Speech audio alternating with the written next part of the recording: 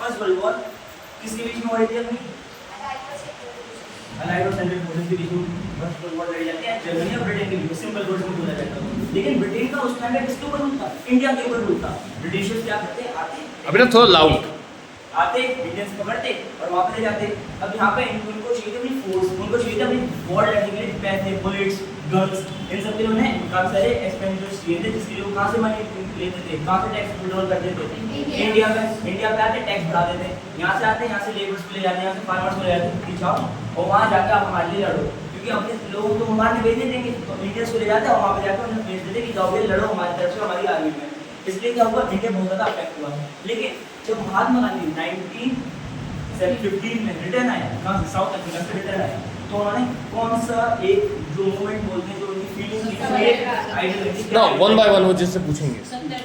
अगर क्या आइडियोलॉजी थी? उनका कहना था कि लड़ाई करो लेकिन बिना कुछ और उनकी एक फिलॉसफी थी, उनकी फिलॉसफी ये थी, जो अगर आप सत्य बोल रहे हो, आप सच बोल रहे हो, तो आप हमेशा ही जीतोगे। जो आपके ऊपर ऑप्रेसर है, जो आपके ऊपर दबा रहा है, दबाव डाल रहा है, फॉर एग्जाम्पल विदुषी है, विदुषी कोई छोटा वर्क करे, लेबर वर्क करती है, अब मैं उसका कॉन्ट्रैक्टर, मैं उसके ऊपर दबाव डाल रहा हूँ, नहीं तुमको ये काम करना, मैं वेजेस कम मिलेंगे, तुम्हारे वर्किंग आवर्स ज़्यादा होंगे, मैं उसके ऊपर दबाव डाल रहा हूँ। लेकिन नहीं, वो सच है, वो अपने सच के लिए टिकी रहेगी कि नहीं मेरे साथ गलत हो रहा है, वो गलत खिलाफ बोलेगी। अगर बोलेगी तो कुछ ज़्यादा कुछ ना करे, वायलेंस नहीं करेगी, एक ईमानदारी से, एक ईमान के साथ अच्छे से लड़ाई करेगा, एक पूरे प्रॉपर मैनर में लड़ाई करे, सिर्फ सत्य के लिए, विदाउट वायलेंस। तो मेरे को भी अपने ऊपर शर्मिंदगी होगी कि हाँ मैं गलत कर रहा हूँ, वो मेरे को अपने अंदर एहसास दिलाएगी कि हाँ मैं गलत हूँ। Questioning please. हाँ, सो उन्होंने जो सत्याग्रह के मूवमेंट से आज तक कहाँ से स्टार्ट करे थे? उनका जो पहला सत्याग्रह मूवमेंट था वो हाँ, क्वेश्चनिंग, स्टेट में और सबको साथ में लेके चलो।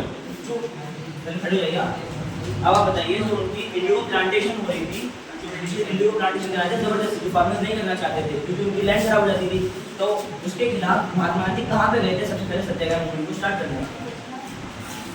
चंपारण गए थे। वो चंपारण बिहार गए थे इंडिगो प्लांटेशन। Very nice.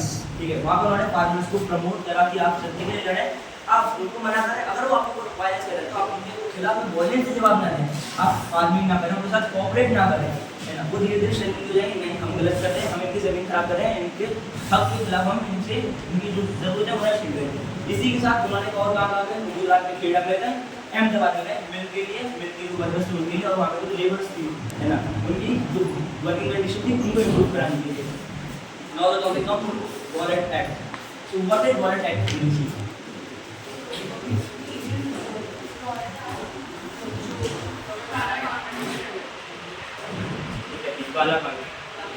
ये जो वॉलेट एक्ट पास हुआ था, ये पास हुआ था 1919 में। इसके अंदर ब्रिटिश गवर्नमेंट के अंदर उन्होंने क्या करा कि भैया जैसे वॉलेट एक्ट चल रहा है, अब इन्होंने सोच लिया कि अभी ये जा रहे हैं, सपोज मैं हूँ एक ब्रिटिश रूलर, एक ऑफिसर, ब्रिटिश ऑफिसर, मैं कहीं मैं रिकॉर्ड से ये साथ में बैठे हैं, बात करें हमारे साथ, है ना।